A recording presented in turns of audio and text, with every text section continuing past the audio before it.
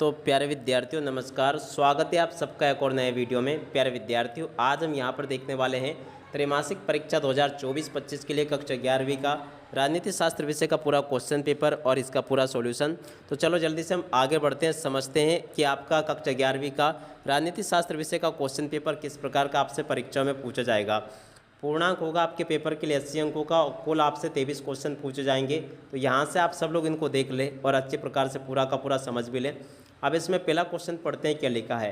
प्रश्न नंबर 1 लिखा है, सही विकल्प चुनकर लिखिए। अब देखो सही विकल्प चुनकर आपको कैसे लिखना है। पहला क्वेश्चन, भारतीय संविधान में स्वतंत्रता व समानता का सिद्धांत कहाँ से लिया गया है। तो देखिएगा फ्रांस से इसको लिया गया है। भारत का संविधान है, तो देखिएगा भारत का संविधान लिखित व निर्मित संविधान है, इसकी जोड़ी ये इसका राइट आंसर यह आ जाएगा। उसके बाद में अगला क्वेश्चन पढ़ते हैं, स्वराज्य का अर्थ है। तो देखिएगा स्व का शासन स्वराज्य का अर्थ होगा। उसके बाद में प्रश्न नंबर 4, दल बदल विरोधी कानून किस संविधान संशोधन से संबंधित है। तो देखिएगा इसका राइट आंसर आ जाएगा 52वें संविधान संशोधन से ये संबंधित है। तो देखो यहाँ तक के सभी क्वेश्चंस मैंने आपको बता दिए। अब चलो इसके बाद में हम आगे बढ़ते हैं, आगे के क्वेश्चन और उनके आंसर को देख लेते हैं।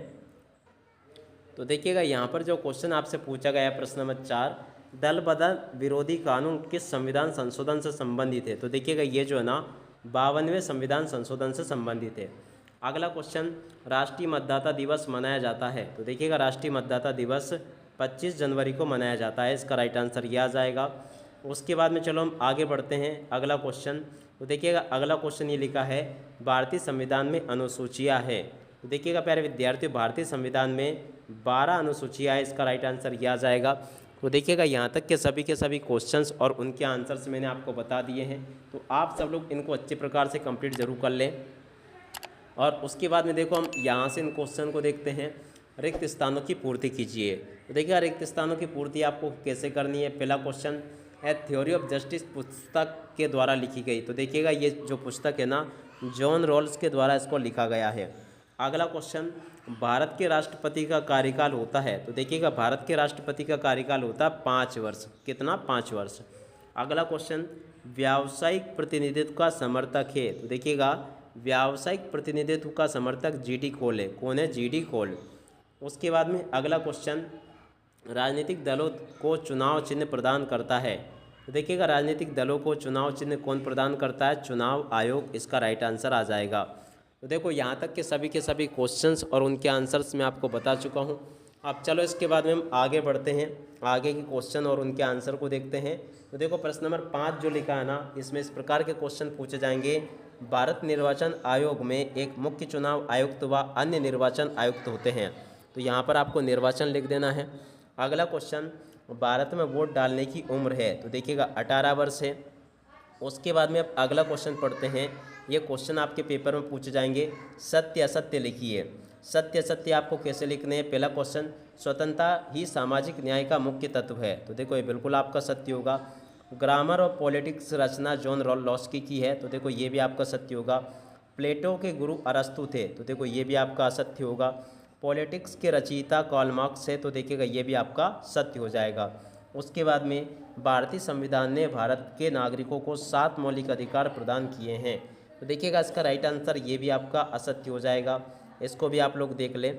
उसके बाद में देखो प्रश्न नंबर 6, दक्षिण अफ्रीका का संविधान दिसंबर 1996 में बना। तो देखिएगा ये भी आपका सत्य होगा।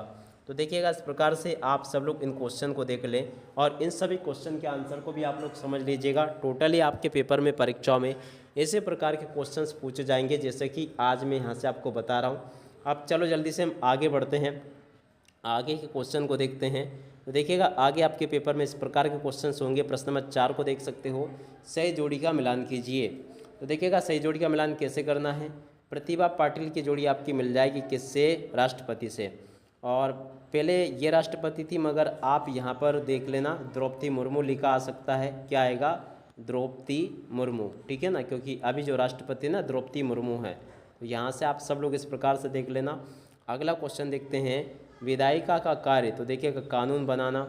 डोनाल्ड ट्रंप की जोड़ी मिल जाएगी अमेरिका के राष्ट्रपति से, मगर देखिएगा यहाँ पर आप सब लोगों को अभी यहाँ पर इसको भी याद नहीं रखना है, क्योंकि अभी डोनाल्ड ट्रंप पहले राष्ट्रपति थे, मगर अभी यहाँ के राष्ट्रपति ये नहीं है डोनाल्ड ट्रंप, आप सब लोग इनको याद रख लेना, क्योंकि अभी यहाँ के राष्ट्रपति जो बाइडेन है शायद, ठीक है ना, क्या नाम है उनका, जो बाइडेन, ठीक है ना। तो ये आए तो ये भी लिख देना, ठीक है ना। डोनाल्ड ट्रंप पहले राष्ट्रपति थे। अगला क्वेश्चन देखते हैं, ए थ्योरी ऑफ जस्टिस। तो देखिएगा ए थ्योरी ऑफ जस्टिस की जोड़ी मिल जाएगी जॉन रॉल्स से। राज्यसभा का पदेन सभापति, तो देखिएगा उपराष्ट्रपति होता है। महात्मा गांधी की जोड़ी राष्ट्रपिता से मिल जाएगी। भारत के राष्ट्रपति द्वारा राज्यसभा में मनोनीत सदस्य की संख्या, तो देखिएगा 12 होगी। तो यहाँ से आप सब लोग इस प्रकार के क्वेश्चन को देख लें। यहाँ तक का पूरा सॉल्यूशन मैंने आपको बता दिया। अब इसके बाद में देखो प्रश्न नंबर 5 में आपसे एक शब्द या फिर एक वाक्य में उत्तर पूछे जाएंगे। पहला क्वेश्चन पढ़ते हैं, एक शब्द या फिर एक वाक्य में उत्तर।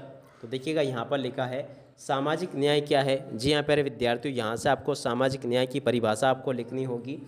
और उसके बाद में अगला क्वेश्चन पूछा गया है, संविधान सभा किसे कहते हैं। तो देखिएगा संविधान बनाने के लिए निर्मित सभा को संविधान सभा कहा जाता है।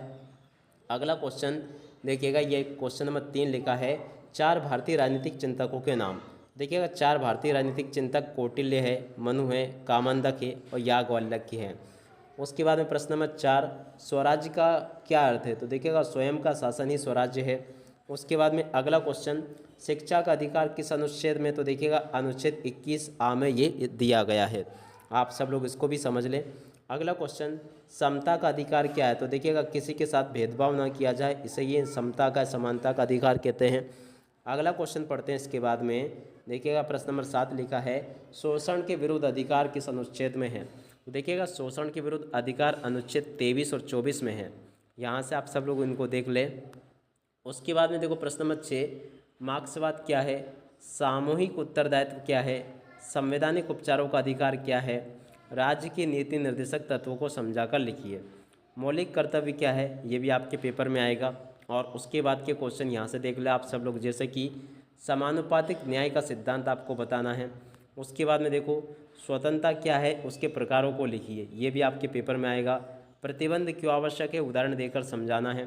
कार्यपालिका क्या है, ये भी आपके पेपर में आएगा। समानता का अधिकार किस देश के संविधान से लिया गया है, ये वाला क्वेश्चन भी आपके पेपर में परीक्षाओं में पूछा जाएगा। और उसके बाद में देखो आप सब लोग यहाँ से इन क्वेश्चन को देख ले। देखिएगा प्रश्न नंबर 15, उदारवाद का क्या अर्थ है। उसके बाद में देखो लोकतंत्र में समाज न्याय जरूरी है, उदाहरण से तो आपको बताना है। समानता का अर्थ व उसके प्रकार आपको बताने हैं। हमें संविधान की आवश्यकता क्यों पड़ी, उदाहरण देकर आपको समझाना है। तो देखिएगा यहाँ तक के सभी क्वेश्चंस और उनके आंसर्स मैंने आपको बता दिए हैं। तो आप सब लोग इनको अच्छे से देख लें और पूरा का पूरा समझ लें। टोटल यहाँ तक के सभी क्वेश्चंस और उनके आंसर्स मैं आपको बता चुका हूँ। तो आप सब लोग इनको अच्छे प्रकार से कंप्लीट जरूर कर लें। प्रश्न नंबर 22-23 तक का पूरा मैंने आपको बता दिया है। तो उम्मीद करता हूँ कि सभी क्वेश्चन और उनके आंसर्स आपको समझ में ज़रूर आ गए होंगे। अब इसी के साथ में इस वीडियो को यहीं पर पूरा करते हैं। नमस्कार, जय हिंद, जय भारत।